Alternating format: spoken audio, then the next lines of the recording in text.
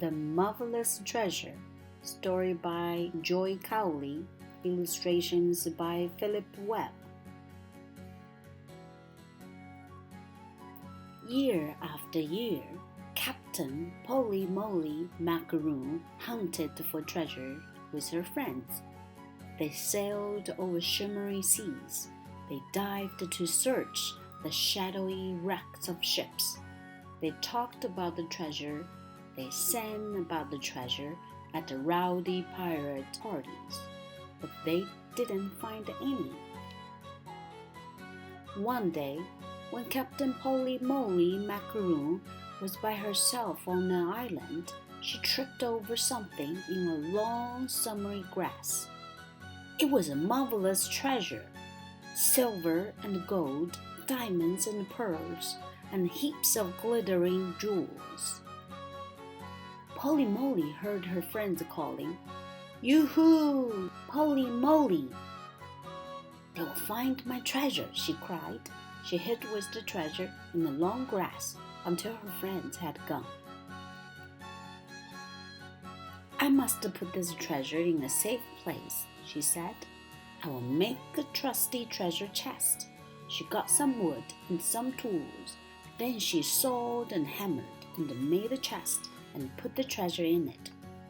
She looked at it and frowned. Suppose someone steals this trusty treasure chest? I know, it needs to be locked in a strong closet. Once more, Captain Polly Molly Macaroon sawed and hammered and sawed. Soon the trusty treasure chest was in a strong closet with a padlock on the door. Polly Molly said to herself, "Someone could open the lock on this closet. Then where would I be? The closet needs a robber-proof room." So she hammered and sawed and hammered and made a robber-proof room around the closet.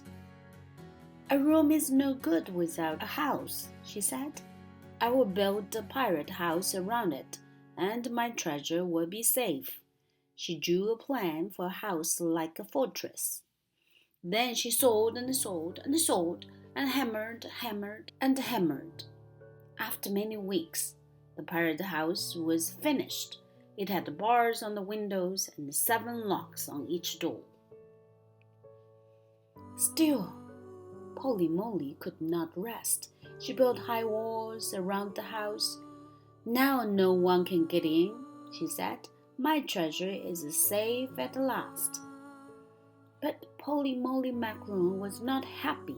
Her heart was as heavy as an anchor. At night she dreamed that she was with her friends, and she cried salty tears. "Looking for treasures is more fun than finding it," she said. One morning, she woke to hear voices on the wild sea wind. "Yoo-hoo! Polly Molly! We're going to hunt for treasure. Do you want to come?" She jumped up. It was not a dream. Her friends were calling her. Out of the house she ran, and over the wall she went, her heart as light as a feather. "Wait for me!" she yelled.